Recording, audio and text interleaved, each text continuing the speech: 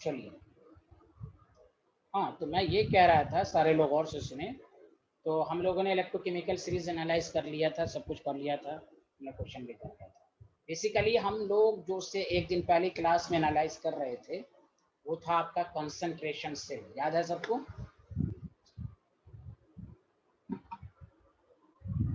Yes sir.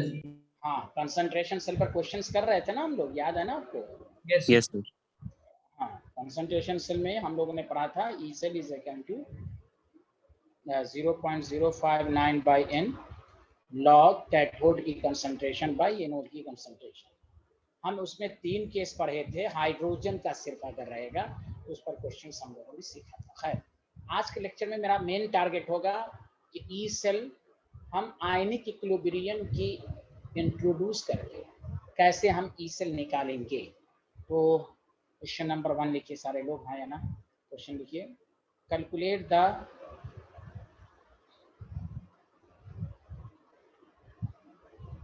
standard calculate the oxidation potential of hydrogen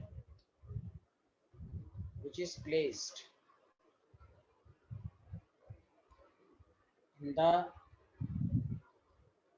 solution of KCl at 25 degree Celsius. पहले लिखिए, मैं खुद बताऊंगा क्या करना है इसमें, इस क्वेश्चन से।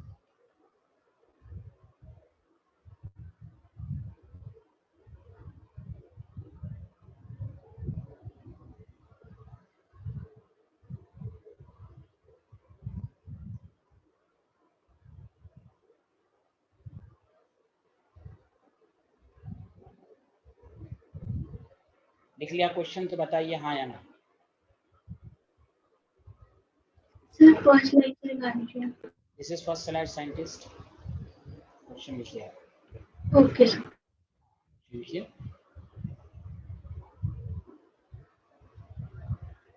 हाँ बताइए, सारे लोगों ने लिख लिया हाँ या ना? जल्दी बताइए एवरीवन।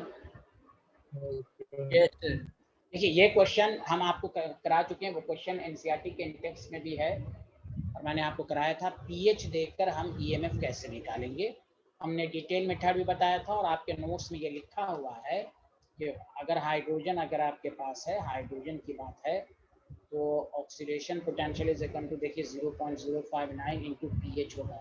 शॉर्ट ट्रिक्स दिया था एक दिन। और रिडक्शन पोटेंशियल अगर है तो -0.05, देखिए तो नोट्स में है, नॉर्थ इक्वेशन के बाद वाले न्यूमेरिकल में होगा। बोलो हाँ या ना?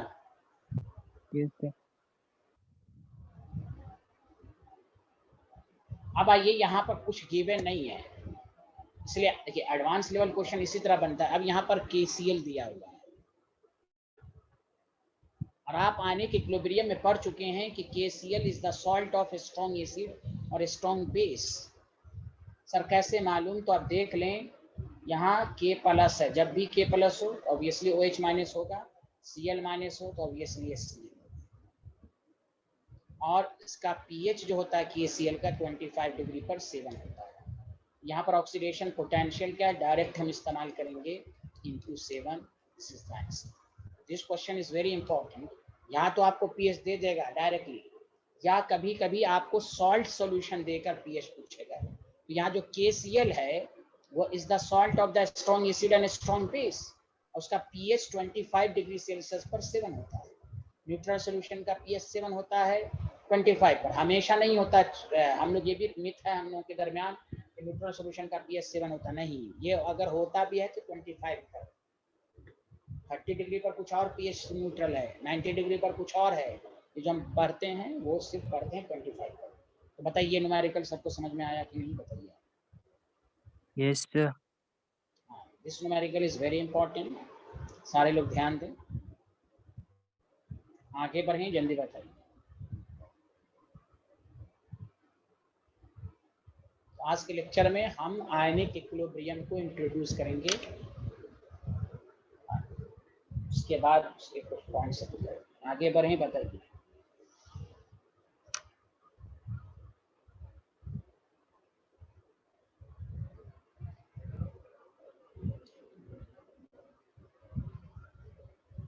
Yes sir, okay. calculate the reduction potential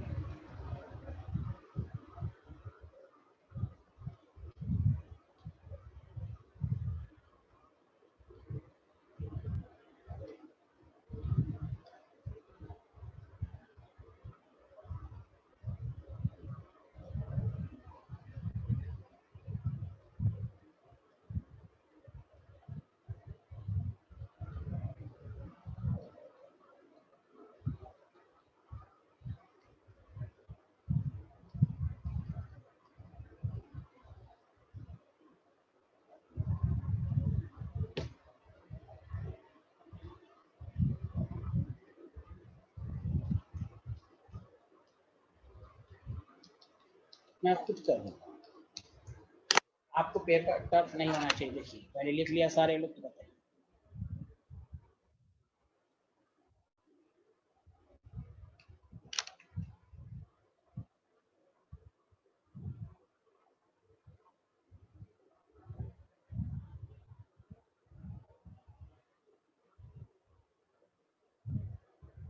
question लिख लिया? Yes. सारे लोग बताइए हमें निकालना, मैं 12 कहा जब आपको कुछ निकालना हो, reduction potential of copper, solubility product से सब दिया हुआ है। अब देखिए कुछ नहीं करना है, आपको जो कुछ कहे पहले वो रिडक्शन पोटेंशियल का मतलब हुआ ये आपके पास है, तो आप इसको कैसे लिखेंगे? E C U plus two C U is equal to E not C U plus two C U minus 0.05/2 log 1/cu plus 2। पहले लिखें। अब इसमें हमें अननोन को निकालना है, मेन हमारा टारगेट है सी यू प्लस 2 आना चाहिए। अब सी यू प्लस 2 आया क्या कहाँ से? इसी को आपको कोशिश करना है पीएच और सॉल्युबिलिटी प्रोडक्ट की मदद से निकालना। अब ध्यान दीजिए, क्या आपको नहीं मालूम CuOH2 सॉल्युबिलिटी प्रोडक्ट निकालने का क्या तरीका था 11th में? आप इसको आयंस में ब्रेक करेंगे, फिर आप KSP लिखेंगे, Cu प्लस 2 की कंसंट्रेशन OH माइनस का होल स्क्वायर। KSP दिया हुआ है, Cu प्लस 2 का मालूम नहीं, OH भी मालूम है। कैसे मालूम है? देखिए pH आपको दिया हुआ है 12, तो यहाँ पर POH हो जाएगा 2। याद है pH और OH का सम होता है 14। याद आया सबको? हाँ या ना? याद आया Yes, सबको? आप तोड़ तोड़ के पढ़ें, पेपर टफ आएगा तो इसी तरह आएगा, बाकी सब आप सबको हर तरह के क्वेश्चन फिर दोबारा भी प्रैक्टिस करेंगे, प्रैक्टिस सेशन में और क्वेश्चन सब करेंगे, आप उससे घबराइएगा नहीं। तो OH माइनस की कंसंट्रेशन हो जाएगी 10⁻⁻²। KSP आपको दिया हुआ है 10⁻⁻10। Cu प्लस 2 मालूम नहीं, OH का होल स्क्वायर -4, यहाँ से Cu प्लस 2 की कंसंट्रेशन आई 10⁻⁶। अब ये वैल्यू यहाँ पुट कर दीजिए, ई Cu प्लस 2 Cu। आप ब्रेक कर करके पढ़ेंगे तो आपको क्वेश्चन आसान लगेगा। 0.059/2 log 1/10⁻⁻6, 0.34 minus 0.059/2 log 10⁻⁶, 0.34 minus 0.059/2 into 6। इसको सॉल्व करके लिखेंगे। सच सच बताइए सबको समझ में आया कि नहीं? जल्दी बताइए। आयनिक इक्विलिब्रियम का इंट्रोडक्शन आपको इसी तरह पढ़ना, मैं पहले बोल दिया था, पढ़ के रखिए।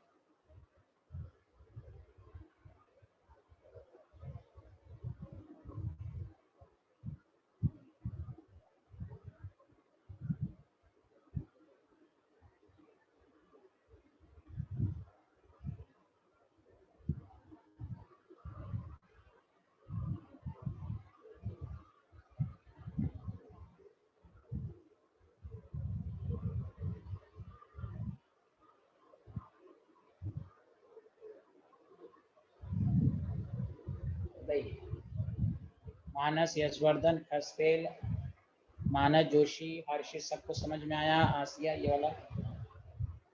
Yes, sir. Yes, sir. Good.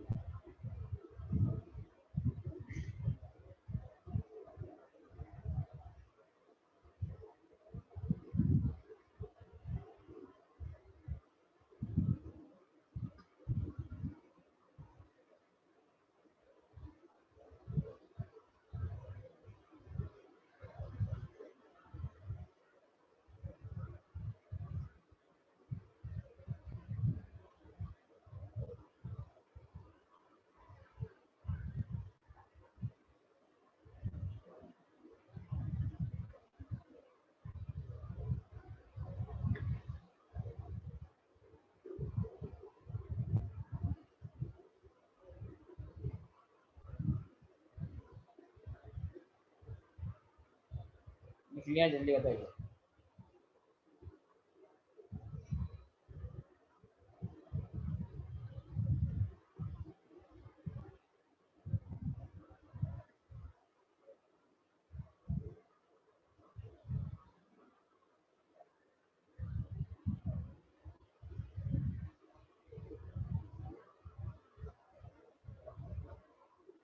लिया, बताइए।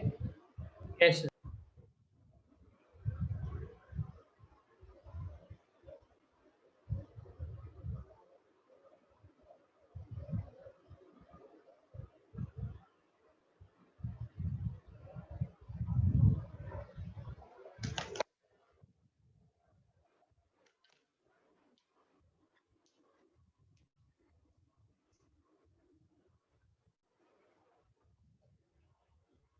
आज ये पार्ट खत्म हो जाएगा, फिर हम इलेक्ट्रोलाइटिक सेल शुरू करेंगे।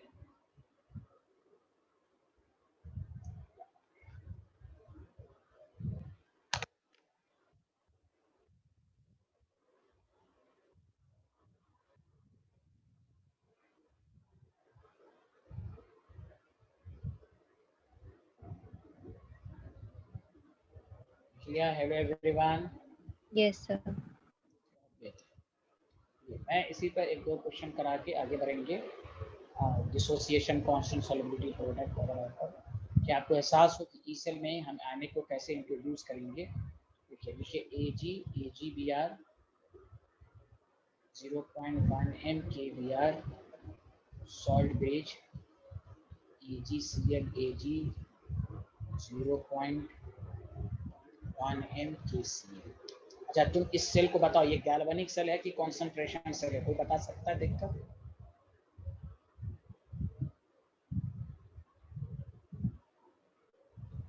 Galvanic. गैल्वेनिक सेल के लिए क्या बताया था? कैथोड एनोड अलग अलग होगा। Ag प्लस में है, Ag प्लस Ag में कॉन्सेंट्रेशन सेल, Ag प्लस में, Ag प्लस Ag में। याद आया? हमने पढ़ के आती स्वस्थ। गैल्वेनिक सेल में दोनों अलग अलग रहेगा। यहाँ Ag का ही ऑक्सीडेशन हो रहा है, Ag का ही रिडक्शन हो रहा है ना, याद है ना? दोनों सेम इलेक्ट्रोड से मिलकर बना होगा। Concentration Yes, sir. याद आ गया. Concentration cell. देखिए, कैलकुलेट EMF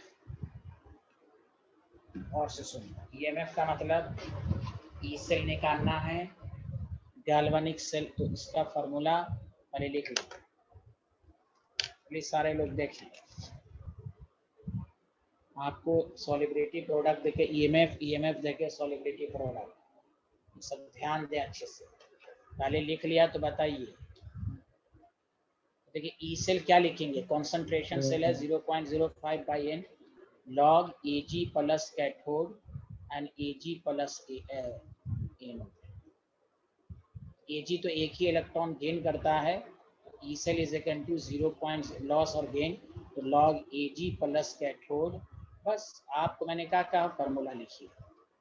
अब इस न्यूमेरिकल में कहीं पर Ag प्लस की कॉन्सेंट्रेशन नहीं दी हुई है, तो हम सॉल्युबिलिटी प्रोडक्ट की मदद से निकालेंगे। अब आइए, AgBr है आपके पास, ये Ag प्लस और Br माइनस से ब्रेक हुआ।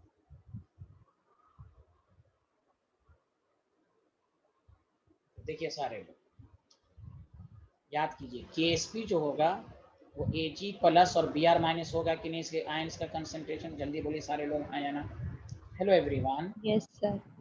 अब देखिए, KSP इसका 10⁻13 दिया हुआ है, Ag प्लस मालूम नहीं है। अब Br माइनस की कंसंट्रेशन AgBr की वजह से S, तो S, और KBr जो दिया हुआ ये स्ट्रॉन्ग इलेक्ट्रोलाइट है, तो इसकी भी कंसंट्रेशन ऐड होगी। और 11 में बताया था कि ये जो सॉलिबिलिटी है बहुत ही कम है, इसलिए आप इट कैन बी नेग्लेक्टेड 0, क्योंकि स्प्रिंगली सोल्यूबल का मतलब होता है पार्शियली डिसॉल्व।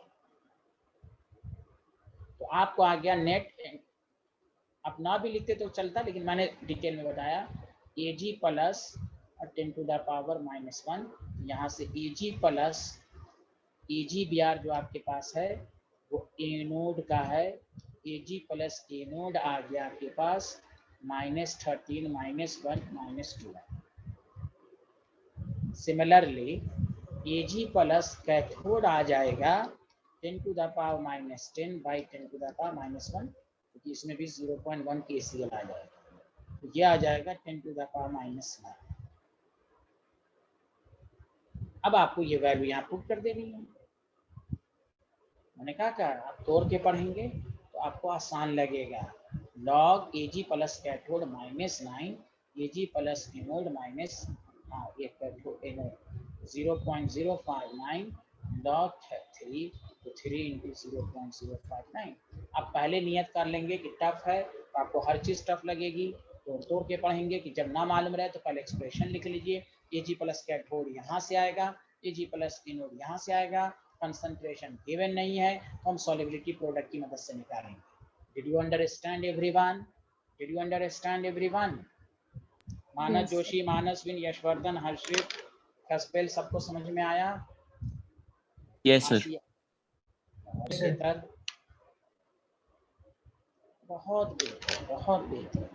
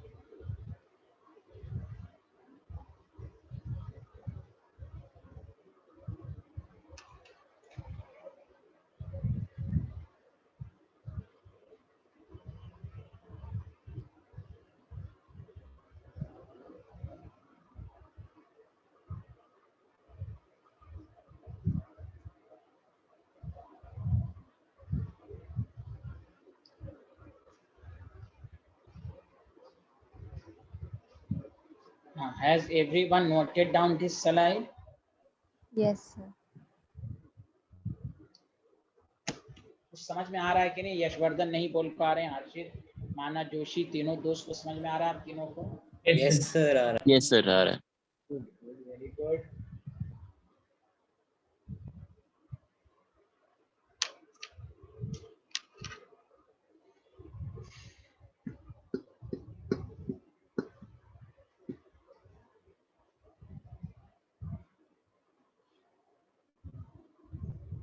अब आइए यहाँ पर लिख लीजिए आयनिक इक्विलिब्रियम के नेक्स्ट कंसेप्ट पर। ये था सॉल्युबिलिटी प्रोडक्ट की मदद से इस समीकरण।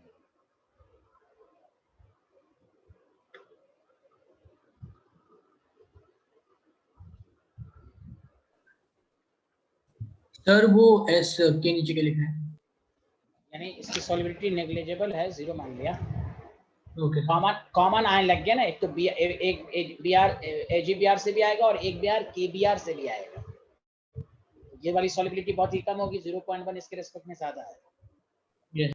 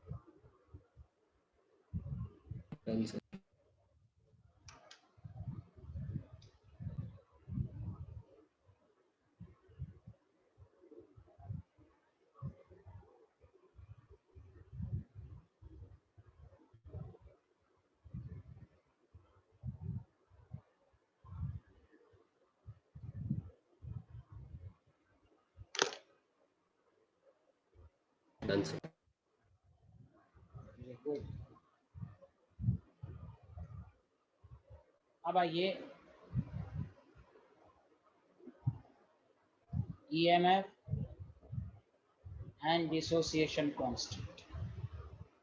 डिसोसिएशन कांस्टेंट को क्या चीज से डिनोट करते हैं, जल्दी बताइए। केसी, हाँ गुड, बोलिए। केसी, एसी, AC क्या बोल रहे हैं आप? साफ साफ बोलिए अर्जित। AC dissociation constant is denoted by,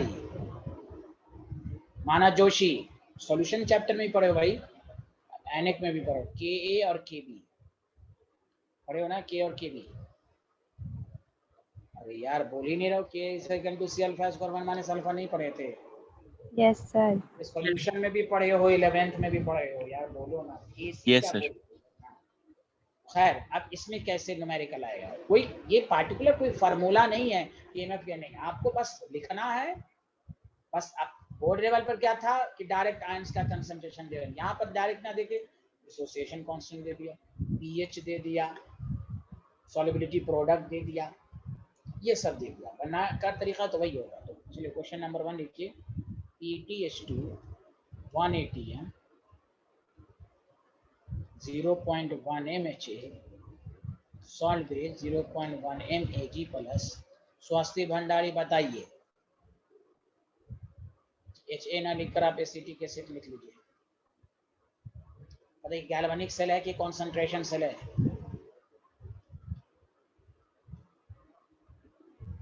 क्यों इतना लेट करती है स्वास्थ्य? Concentration. हाँ क्यों कंसंट्रेशन? यानी आपको अब तक नहीं आपको कुछ भी नहीं आ रहा समझ में। स्वास्थ्य अब कहाँ है भाई? यहाँ देखिए कंसंट्रेशन सेल कैसे पहचानते हैं? अल्लाह उस दिन मैंने इतना एग्जांपल सब दिया। इलेक्ट्रोड सेम होते हैं। हाँ HCl H2 कंसंट्रेशन H2 ही H प्लस में जा रहा है, H प्लस H2 में जा रहा है। और याद नहीं है Ag plus Cu plus two Cu, ये तो गैल्वेनिक सेल अलग अलग आना चाहिए, यहाँ अलग Yes. अलग है ना। यहाँ Yes. H2 H में है, यहाँ Ag है, अलग अलग है। वो Confuse- कंसंट्रेशन सेम हो जाती है तो इसीलिए। नहीं कंसंट्रेशन सेम से भी नहीं मतलब, वो तो कंसंट्रेशन सेल क्या, वो तो डिफिनेशन अलग है, वो तो आपको बता दिया। पहचानने का तेरा सेल रिप्रेजेंटेशन कैसे करेंगे? H2 उसी का ऑक्सीडेशन हो, उसी का रिडक्शन हो, बस उसी के आयंस होनी चाहिए। वो तो डिफिनेशन है। Okay. कंसंट्रेशन तो डिफरेंट रहेगा ही ना, डिफरेंट रहेगा तो सब कुछ जीरो ही हो जाएगा, समझा? वो तो है, लेकिन आप सेल रिप्रेजेंटेशन में समझा रहा हूँ, तो आप थ्योरी की डिफिनेशन बोल रही हैं कि सेम इलेक्ट्रोड हम तो कह रहे हैं जैसे AgC है, Ag प्लस में AgBr Ag, ये मत समझिए अलग अलग है। Ag प्लस में ही तो जा रहा है, और यहाँ Ag प्लस Ag में ही तो जा रहा है, तो कंसंट्रेशन सेल, समझ रहे ना? Concentration cell. Yes, sir. हाँ आया समझ में कि नहीं आया? Yes, sir, आ गया। हाँ यस। और लोगों को आया, सबको मालूम था ना ये गैल्वेनिक सेल है? Yes, sir. Yes, sir.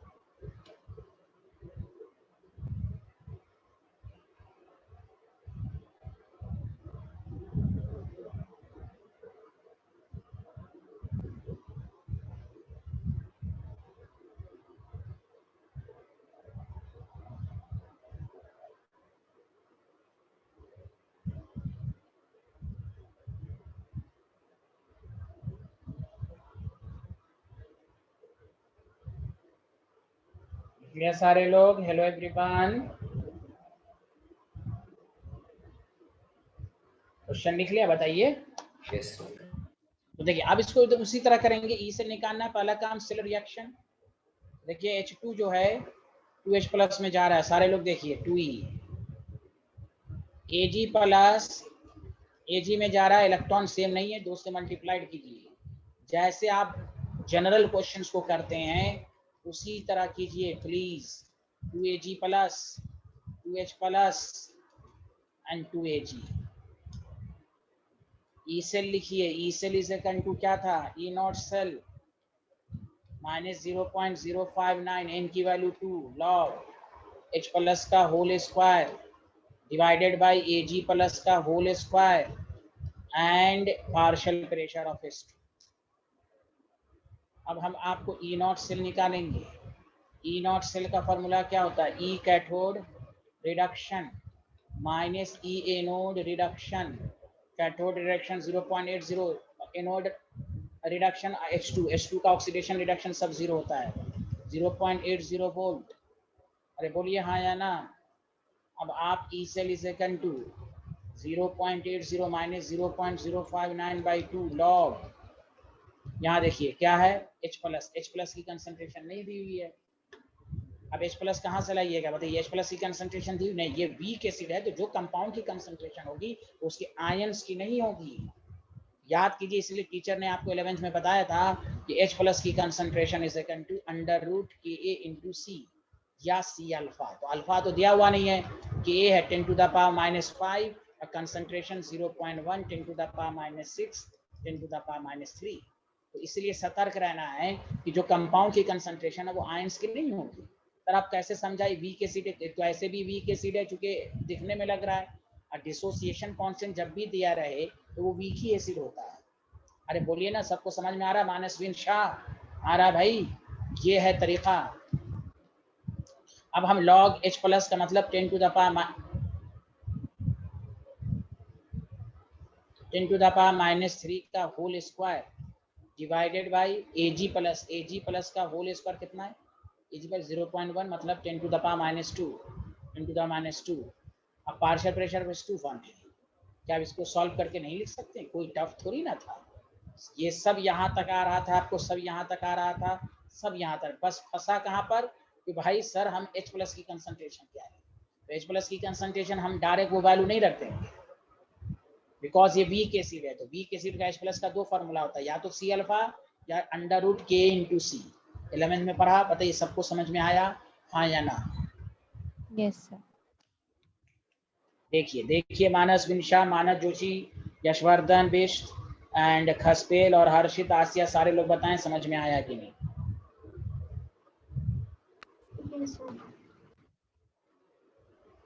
बाकी किसी को नहीं आया? किसी का रिस्पॉन्स नहीं? किसी को नहीं आया? आया सर। माशाल्लाह माशाल्लाह, वेरी गुड।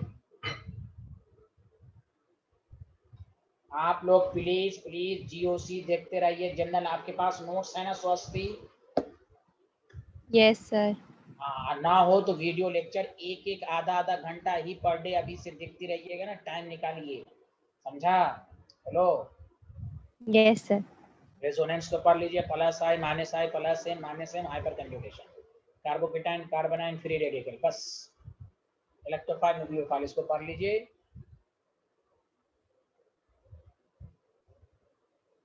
ऑर्गेनिक मजबूत हो जाएगी। हर दिन नोट्स पढ़ते रहिए, जिसको डाउट रहे तो आप वीडियो लेक्चर देख लीजिए।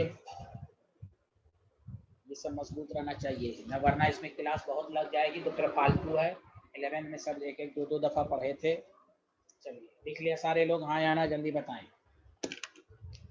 Yes sir. फिजिकल के बाद ऑर्गेनिक ही शुरू करेंगे।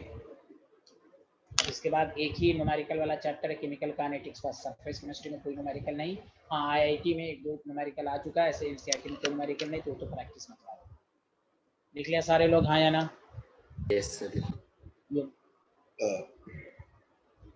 तो हम के पर एक और क्वेश्चन करते हैं, फिर दूसरे कर्स पर जाएंगे। तो देखिए हम लोग क्या सीख रहे हैं, ईएमएफ और ionic equilibrium, solubility product EMF, pH into equilibrium, EMF and dissociation constant. ऐसे भी क्वेश्चन दे देगा।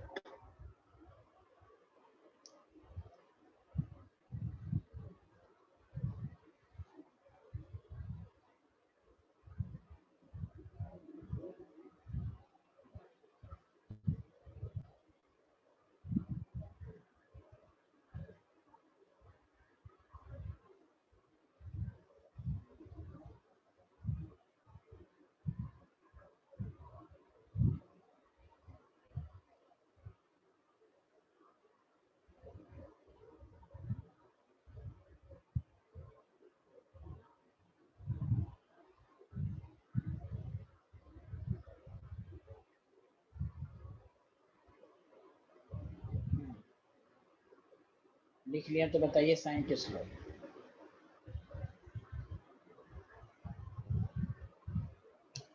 Yes, sir. ये साइड में लिख लीजिए, इसको सॉल्व तो कर ही लीजिएगा ना, 10 to minus प्लस हो जाएगा इसको सॉल्व करना। चलिए ईएमएफ पर एक लास्ट क्वेश्चन लिखिए, डिसोसिएशन का ईएमएफ पर एक लास्ट क्वेश्चन लिखिए। ET है, H2 है, 1 ATM है, ऑब्लिक 1 M POH। अब सुनिए, POH भी दिया रहा है ना, तो आप इसको H प्लस में कन्वर्ट कर सकते हो ना। याद है ना, H प्लस और H माइनस की कंसंट्रेशन जो होती है 25 पर 10 to the power -14 होती है। पढ़ा है कि नहीं? हाँ या ना, जल्दी बताइए। Yes, sir. हाँ, very good. Solid bridge 0.1 mH है। ये भी आपका कंसंट्रेशन ही सेल है। H2 H प्लस में जा रहा है, ये मत समझिएगा OH है, H2 H प्लस में, H plus H2। You understand everyone? ये भी 180 है। अच्छा एग्जामिनर ने क्या किया, आपको दे दिया Ka for HA, dissociation constant for BKC 4 × 10 to the power -5, और Kb जो है BOH, यहाँ पर दो dissociation constant 2.5 × 10 to the power -5, और आपको कह रहा है कैलकुलेट। कोई टफ क्वेश्चन नहीं है, कोई टफ क्वेश्चन नहीं है। आप देखिए कैसे करेंगे, कैलकुलेट बताइए, कर लीजिए। अब देखिए ये हाइड्रोजन का केस आ गया है। याद कीजिए, हाइड्रोजन के केस में मैंने कहा था प्रेशर सेम हो, कंसंट्रेशन डिफरेंट हो, तो ई सेल कैसे लिखते हैं, याद है किसी को? एन की वैल्यू कैंसिल हो गई थी, बोलिए हाँ या ना। और log H plus cathode by H plus anode लिखा था, याद है? और या नहीं तो 0.05 हाँ, एन तो हट गया था, pH of anode by pH of cathode लिख के था। याद है किसी को याददाश्त? अरे बोलिए हाँ या Yes, ना। sir. यही है, मामला खत्म। H प्लस, तो यहाँ पर पीएच की जरूरत ही नहीं है भाई, यहाँ पर ईएमएफ दिया हुआ H प्लस कैथोड। अब देखिए H प्लस कैथोड कैसे आएगा, बस Ka into C, 4 × 10 to the power -5। अब देखिए C जो है H प्लस कैथोड, यहाँ देखिए 0.1। हमने क्या कहा, अगर आपका कंसेप्ट क्लियर है, 2 × 10 to the power -3 H plus. अब देखिए H प्लस जो है आपके पास, देखिए मैं सारे दिस पॉइंट इज इम्पोर्टेंट, यहाँ तो H प्लस है नहीं, OH है। और से सुन, OH माइनस की कंसंट्रेशन जो होगी √Kb × C। Kb कितना दिया, 2.5 × 10 to the power -5 × 1, तो आपके पास आ गया 5 × 10 to the power -3। और आपकी इतनी अच्छी प्रैक्टिस होनी चाहिए कि H प्लस एनोड जो होगा तो 10 to the power -14 OH हो जाएगा। This is style, you know. अरे स्टाइल समझ में आया, हाँ या ना? Yes, sir. Style, yes. जो सही से नहीं पढ़ेगा उसका मेरे पास कोई इलाज नहीं है। 2 + 10 to the power -1। अब ये वैल्यू यहाँ पुट कर दें, E cell is equal to, हमने कहा बस आपको लिखने आना चाहिए, log H plus cathode H plus 0.059, log H plus cathode कितना है, 2 × 10 to the power -3 H plus anode कितना है, 2 × 10 to the power -12। Yes, this is the style, you know, 0.059 log 10 to the power 9, 9 into 0.0। कोई tough question थोड़ी ना है। हाँ, इनिक मजबूत होनी चाहिए, बोलिए हाँ या ना। बोलिए बोलिए बोलिए सारे लोग, समझ में आया, समझ में आया? Yes, Yes, sir. sir. बहुत बेहतर, बहुत बेहतर।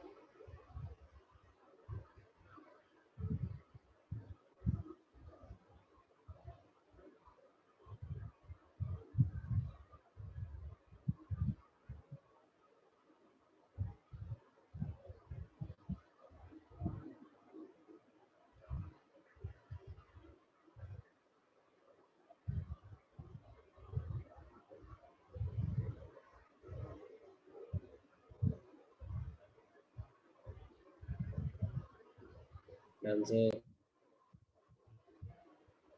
ओके, निकले सारे लोग? चलिए ये आइए, Yes, sir. चलिए अब हम नए टॉपिक पर आ रहे हैं। इतनी बातें आप याद रखिएगा, और एक्स्ट्रा क्वेश्चन की प्रैक्टिस आपको अलग से कराई जाती है, उसमें कराई जाएगी। इतना आपको क्लास के लिए काफ़ी है कि आप कोई भी बुक उठाएं तो आपसे बन जाए। अब एक टॉपिक है, एक मिनट।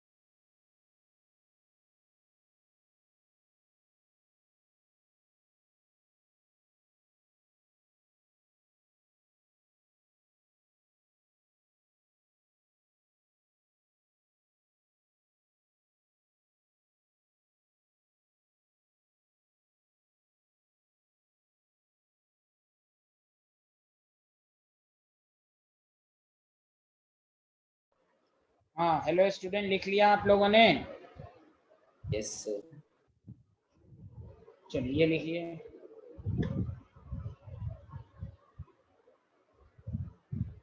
दे मानस विंशा, तुम तो कुछ बोलो यार, कुछ नहीं बोलते हो। Yes, sir. कुछ आ रहा है बाबू, कुछ आ रहा है? तुम संडे में भी नहीं आए थे, संडे इतनी अच्छी क्लास थी, संडे में भी नहीं आते हो तुम। 12th में एकदम सीरियस नहीं हो। Manasvin Yes, sir. Sorry, sir. Sunday आप आइए, हम उम्मीद करते हैं आप अच्छा करना, हम आपसे उम्मीद लगाए हुए हैं कि आपको अच्छा करना है। संडे एकदम इंटायरली डिफरेंट क्लास थी, चलिए कोई बात नहीं है। संडे आया कीजिए, क्योंकि अब संडे क्लास होगी ही शुरू से एकदम एंड तक। संडे आया कीजिए और जीओसी को पढ़िए। जीओसी जनरल ऑर्गेनिक केमिस्ट्री को घर पर आधा घंटा, अगर नोट्स है तो नोट्स, वरना निष्कर्ष सर से वीडियो लेक्चर लीजिए, आधा घंटा देखिए, वरना ऑर्गेनिक बहुत ज़्यादा पढ़ना है 12th में। लिख लिया सारे लोग? हाँ या ना, जल्दी बताइए। Yes, sir.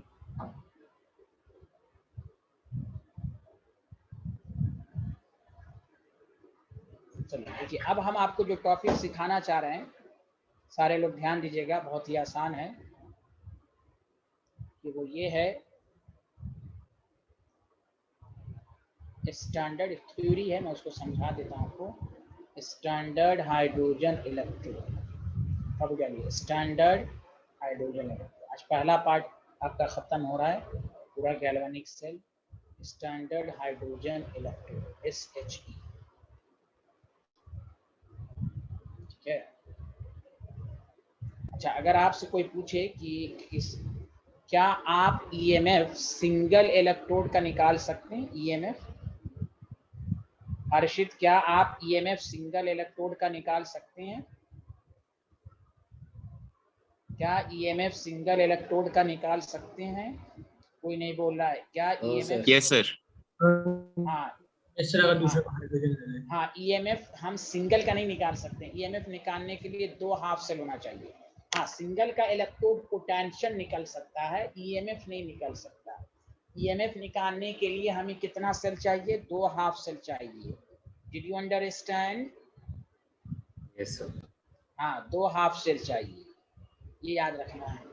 तो आपको क्वेश्चन ये है कि सर ये जो हम इलेक्ट्रोकेमिकल सीरीज में ये सब जो वैल्यू लिखते हैं ये कहाँ से आई, ये मेजर करके आई। और से सुनिए अच्छे से, जिस तरह हमने 11th में आपको पढ़ाया था कि तमाम एलिमेंट का एटॉमिक मास C12 के रेस्पेक्ट में निकालते हैं। सिमिलरली अगर हमें जिंक का निकालना है तो मैंने जिंक का इलेक्ट्रोड ले लिया, लेकिन ईएमएफ बनाने के लिए इसके रेस्पेक्ट में अनदर हाफ सेल भी होना चाहिए, तो उस रेफरेंस इलेक्ट्रोड को हम SHE कहते हैं। SHE स्टैंडर्ड हाइड्रोजन इलेक्ट्रोड का यूज करते हैं दूसरे हाफ सेल की इलेक्ट्रोड पोटेंशियल निकालने के लिए। तो ये जो वैल्यू आई है ये अकेला थोड़ी ना आई है, आप इसके रेस्पेक्ट में दूसरा एक रेफरेंस इलेक्ट्रोड लेंगे, तब फिर आप सॉल्ट ब्रिज देकर इसको ज्वाइन करेंगे। तो मतलब ये हुआ कि it is impossible to determine absolute EMF for a single electrode. ये कैसे होगा? It is done by selecting a reference electrode and whose standard reduction oxidation potential is assumed to be 0 volt। 0 इसलिए बनाया गया कि जो डिफ्लेक्शन जो यहाँ पर गैल्वेनोमीटर लगा होगा तो वो एक्यूरेट वैल्यू दे देगा, इसलिए 0 के रेस्पेक्ट में जितनी वैल्यू आएगी वो सब दूसरे हाफ सेल की। तो एक लाइन में क्या बोलेंगे, व्हाट इज SHE? तो कहेंगे the reference electrode against which electrode potential of another half cell is calculated. और दोनों को ज्वाइन करके ही कंप्लीट सेल बनेगा। फिर रीडिंग आएगी, इसकी रीडिंग तो आपको मालूम है 0 वोल्ट है, तो बाकी की जो रीडिंग आएगी करंट वगैरह मेजर करके तो वो आएगी दूसरे इलेक्ट्रोड। इसलिए सब में लिखा रहता है स्टैंडर्ड इलेक्ट्रोड पोटेंशियल कॉपर का। ये जो वैल्यू आई है वो विथ रेस्पेक्ट टू हाइड्रोजन आई है। बोलिए सबको समझ में आया, हाँ या ना?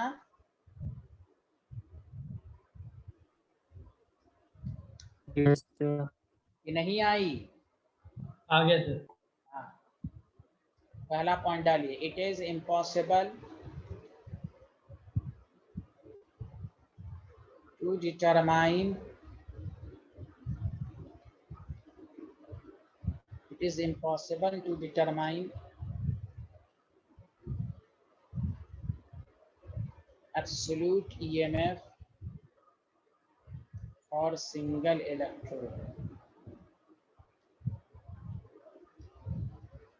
It is done by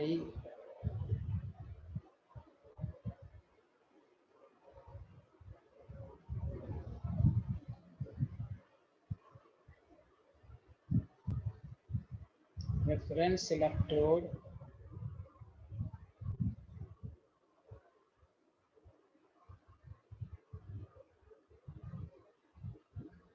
whose standard electrode potential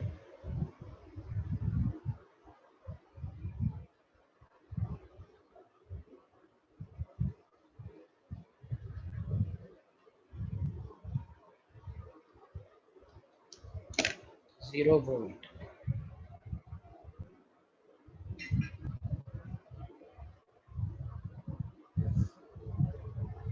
लिख लिया सारे लोग, हाँ या ना?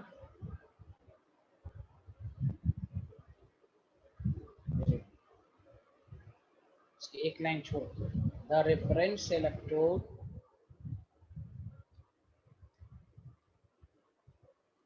against which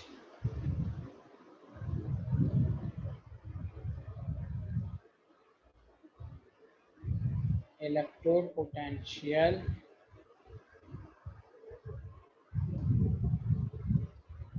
another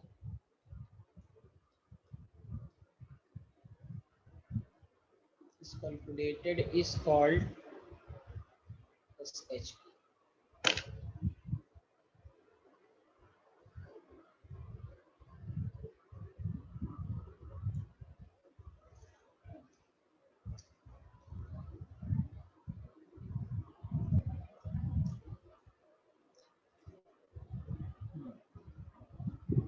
लिख लिया सारे लोग, हाँ या ना?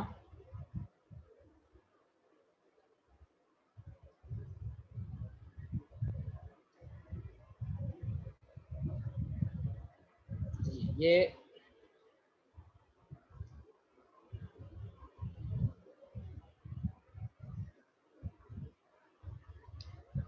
बस और साथ साथ जल्दी बनाइए। ये आपके पास हाइड्रोजन गैस एट 1 atm पर हम यहाँ से इसको करते हैं।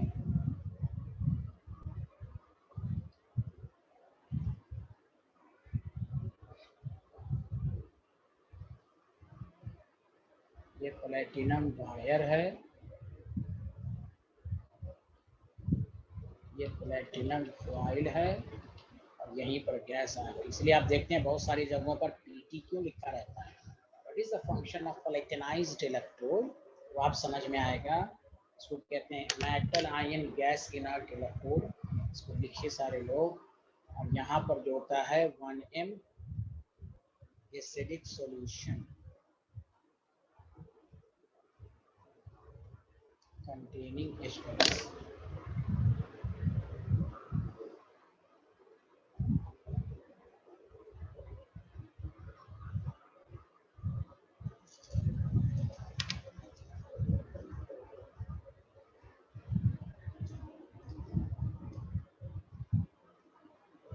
लिया।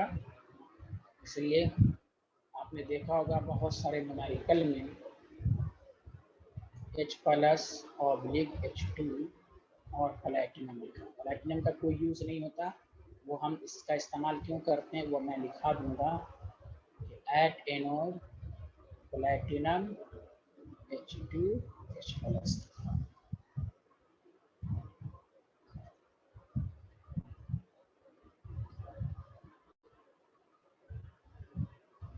प्लैटिनम जो होता है वो इनर्ट मेटल होता है, एक्ट्स एज इनर्ट मेटल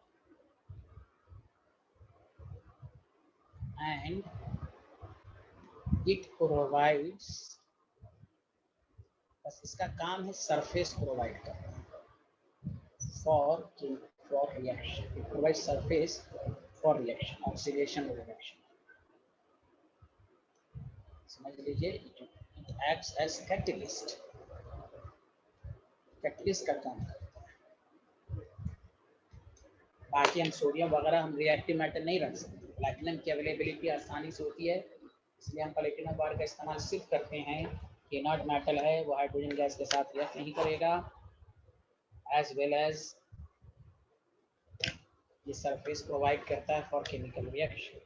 जहां पर भी गैस की बातें होंगी वहां प्लैटिनम का सरफेस आपको सेल रिप्रेजेंटेशन में लिखा रहता है। सबको समझ में आया ना? सर वो क्या लिखा है? It acts as catalyst, it acts as catalyst, एक तरह से कैटलिस्ट का काम करता है। समझ में बात आ रही है साइंटिस्ट? और सर इस चीज का क्या मतलब है? Provide surface for reaction. ये सरफेस है ना, ये देखिए सरफेस प्रोवाइड करता है। ऑक्सीडेशन पर कहाँ होता है? ये गैस है ना, जैसे आप अभी तक क्या पढ़ा? अब तक पढ़ा था मेटल, ये भी मैं टॉपिक पढ़ाऊंगा नेक्स्ट क्लास में, मेटल आयन इलेक्ट्रोड। Zn था, उसी का आयंस का सॉल्यूशन था। जिंक रॉड था, तो यहाँ पर रिएक्शन हुआ। अब रहेगा गैस इनर्ट मेटल इलेक्ट्रोड, इसलिए न्यूमेरिकल में लिखा रहता है H2 गैस। ये जो गैस का रिएक्शन होगा वो किसी रॉड पे तो होगा ना। कौन सा रॉड है? प्लैटिनम। जैसे यहाँ जिंक रॉड है, ये रिएक्टिव है, मेटल आयन इलेक्ट्रोड। गैस के लिए जरूरी है कि उसके पास सरफेस हो जिस पर वो जमा हो सके, एडजॉर्ब हो सके, रिएक्शन प्रोसीड हो सके। प्लैटिनम इनर्ट मेटल होता है, इसलिए कि अगर हम सोडियम वगैरह या किसी और रिएक्टिव मेटल ले लेंगे तो वो उसके साथ रिएक्ट कर लेगा। ये है सरफेस प्रोवाइड करना, जैसे यहाँ पर रिएक्शन हो रही है। Okay, yes sir. अब मैं आगे बढ़ूँ, जल्दी बताइए, कोई डाउट तो नहीं है? अब आइए एक, अब आइए देखिए, जी मेंस में इस पर क्वेश्चन आया था और एनसीईआरटी के पहले दूसरे पेज पर इसका कंसेप्ट है, पहले ही दूसरे पेज पर। तो क्लास में पढ़ाने की वजह है, और से सुनिए कि आपसे पूछेगा, टॉपिक डालिए, this is very important topic और इस पर क्वेश्चन आते हैं। effect of external voltage.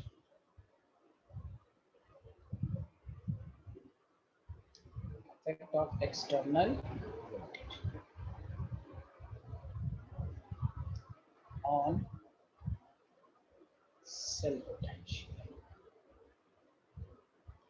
या सेल रिएक्शन। सबसे पहले इसके बारे में इसमें 2 पॉइंट लिखे सब लोग। Galvanic cell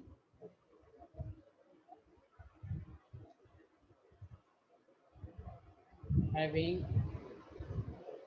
copper and zinc rod in their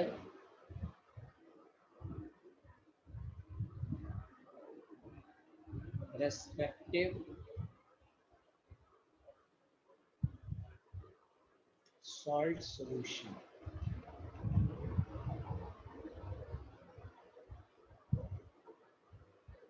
It is called Daniell cell. देखिए डैनियल सेल गैल्वेनिक सेल एक ही बात है। इससे ये साबित हुआ कि हर गैल्वेनिक सेल डैनियल सेल नहीं है, लेकिन हर डैनियल सेल गैल्वेनिक सेल है। अगर गैल्वेनिक सेल में कॉपर और जिंक रॉड है अपने रिस्पेक्टिव सॉल्ट सॉल्यूशन में, तो उस गैल्वेनिक सेल को डैनियल सेल कहते हैं। समझ में आया सब लोगों को? हाँ या ना बताइए।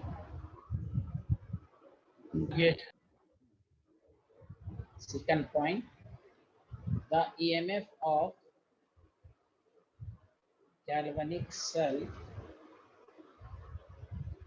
having copper and zinc rod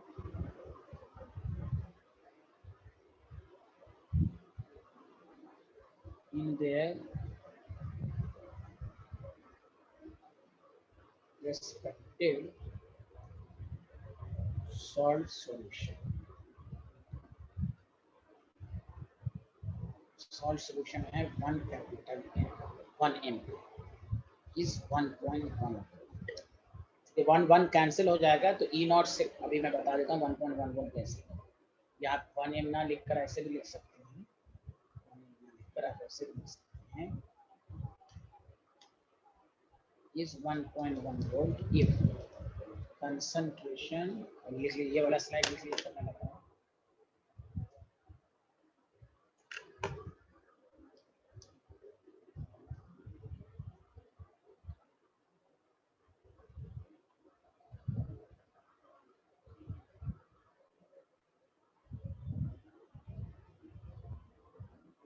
लिख लिया, जल्दी बताइए।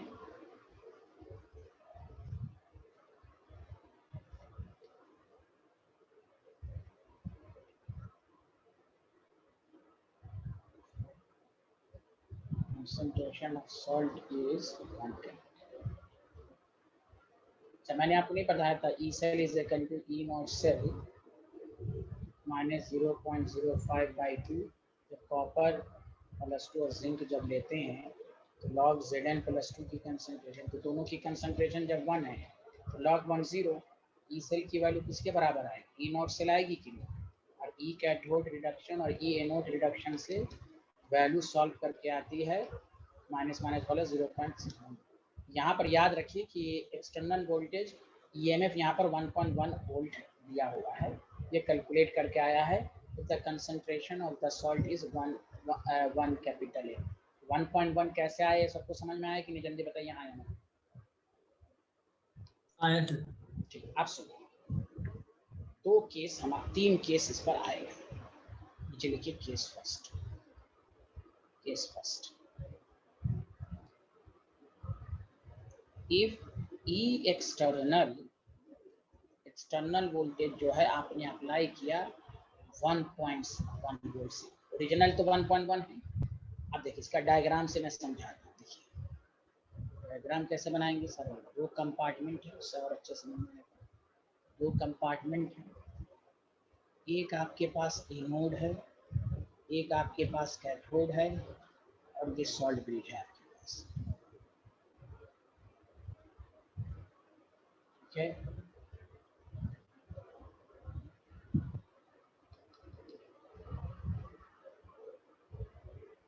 यहाँ पर गैल्वेनोमीटर है,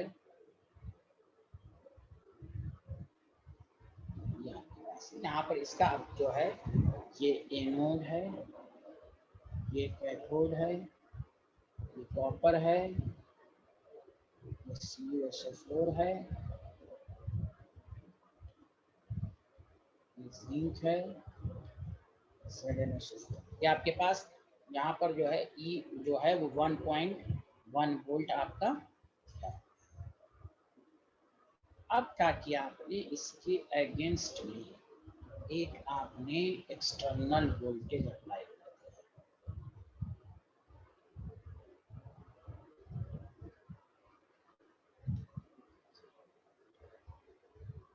तो ये पोटेंशियल उसके अगेंस्ट है।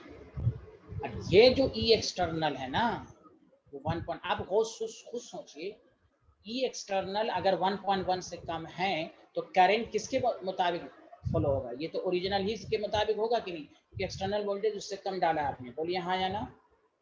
Yes, sir. करंट का डिसाइड करना यही होगा, electron follow from anode to cathode, cathode. तो आपसे यही पूछेगा कि एक्सटर्नल अप्लाइड वोल्टेज अगर लेस देन 1.1 वोल्ट आपने कर दिया तो बताइए करंट की डायरेक्शंस क्या होगी, इलेक्ट्रॉन की डायरेक्शंस क्या होगी। ये आपको पहला पॉइंट लिखिए, इलेक्ट्रॉन विल फॉलो। सबको समझ में आया? Electron will follow as usual from anode, anode का मतलब copper zinc, to cathode. Did you understand everyone? Yes, sir. हाँ, current will follow from उल्टा कैथोड। कैथोड क्या है यहाँ पर?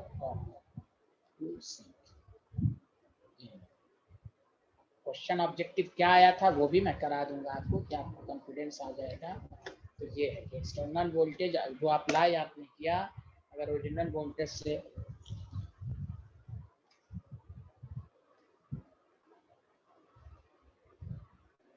zinc dissolve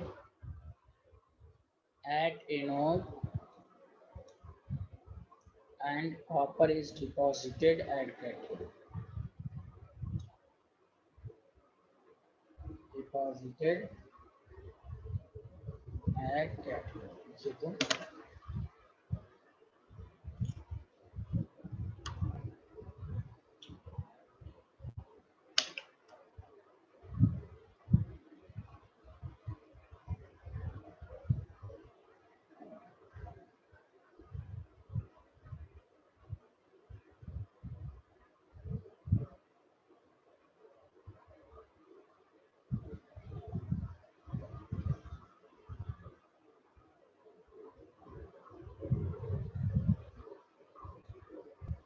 Yeah. एक मिनट sir. लिखिए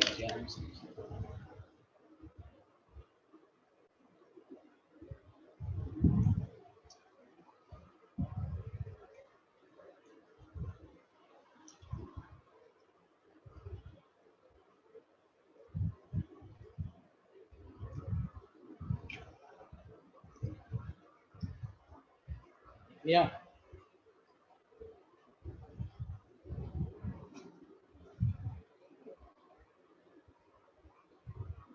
सर वो लास्ट में लिखा है zinc dissolved At anode, a copper is dissolved, deposited at cathode.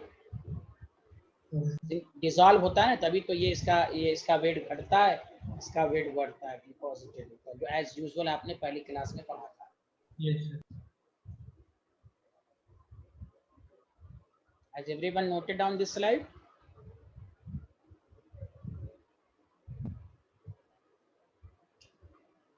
Yes, sir.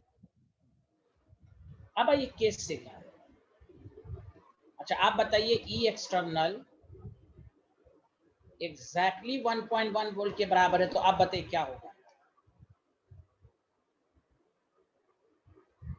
No current will flow. अरे बोलिए ना, करंट फ्लो होएगा ही नहीं यार। Yes, sir. हाँ, नो केमिकल, इसमें एनोड कैथोड की बात ही नहीं होगी, no chemical reactions takes place. जल्दी लिखिए। अब तीसरा केस लिखिए।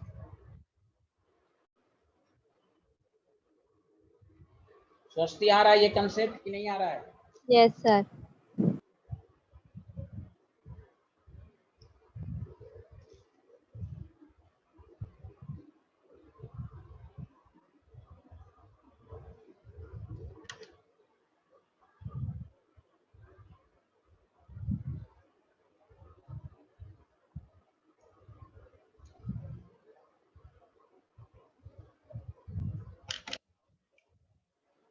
हाँ खसपेल कुछ पूछना है?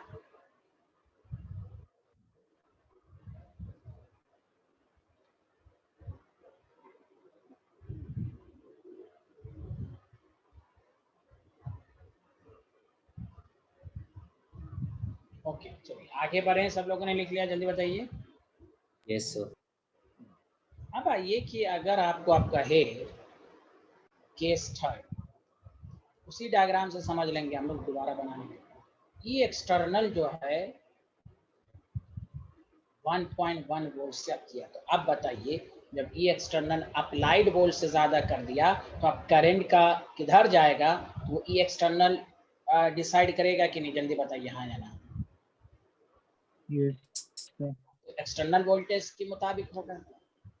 याद रखिए, याद रखने का तरीका देखिए, इलेक्ट्रॉन, सुनिए अच्छे से, electron will follow, polarity change नहीं होगी, सुनिए अच्छे से, फ्रॉम, मैं इसलिए क्यों मैंने यहाँ पर लिखा था एनोड के ब्रैकेट में, स्टूडेंट एनोड टू कैथोड ही होगा, फर्क ये होगा कि एनोड कॉपर हो जाएगा। सही कहा कि नहीं गया, जल्दी बोलिए।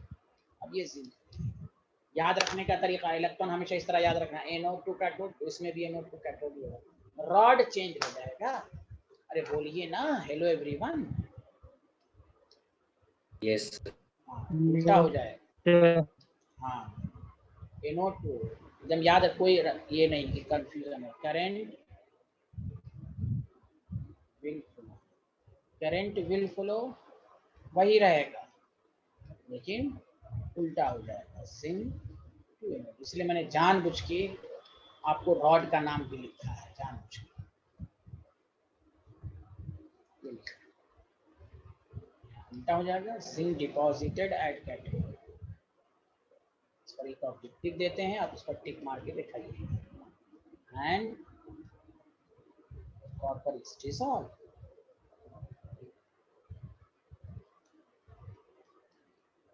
एक्सटर्नल वोल्टेज का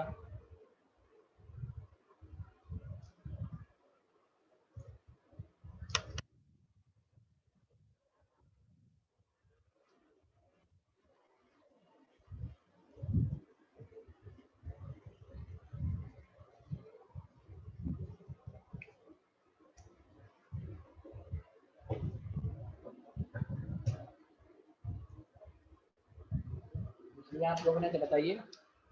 English. हाँ नीचे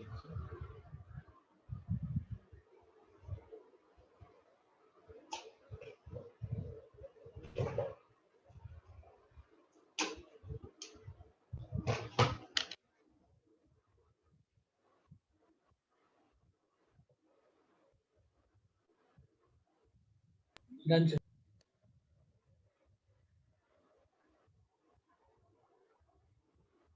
क्वेश्चन लिखिए, उसके बाद ये देखते हैं क्वेश्चन।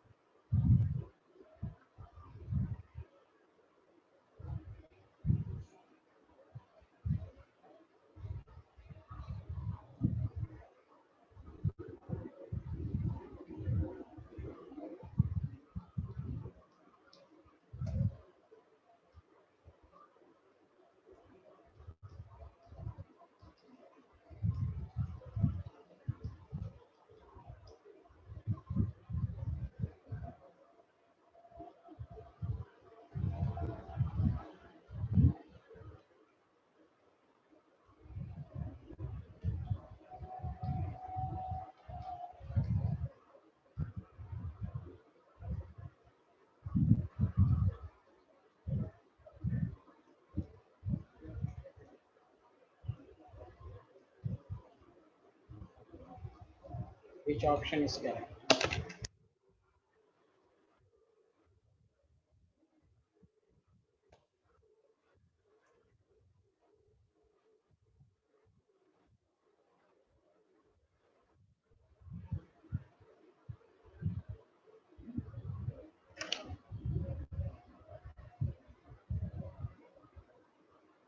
जी सी ऑप्शन होगा कि नहीं, जल्दी बताइए सारे।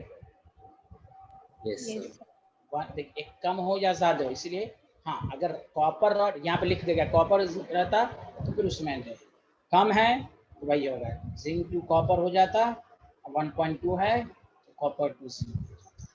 रॉड के मामले में उल्टा होगा, इसलिए इसमें कोई कंफ्यूजन नहीं, एनोड हमेशा नेगेटिव रहता है, नेगेटिव रहता है। चलिए नेक्स्ट क्लास में मुलाकात होगी। Okay bye bye, thank you. Sir हाँ बोलिए। सर केस थर्ड एक बार दिखा दीजिए। अच्छा गेस्ट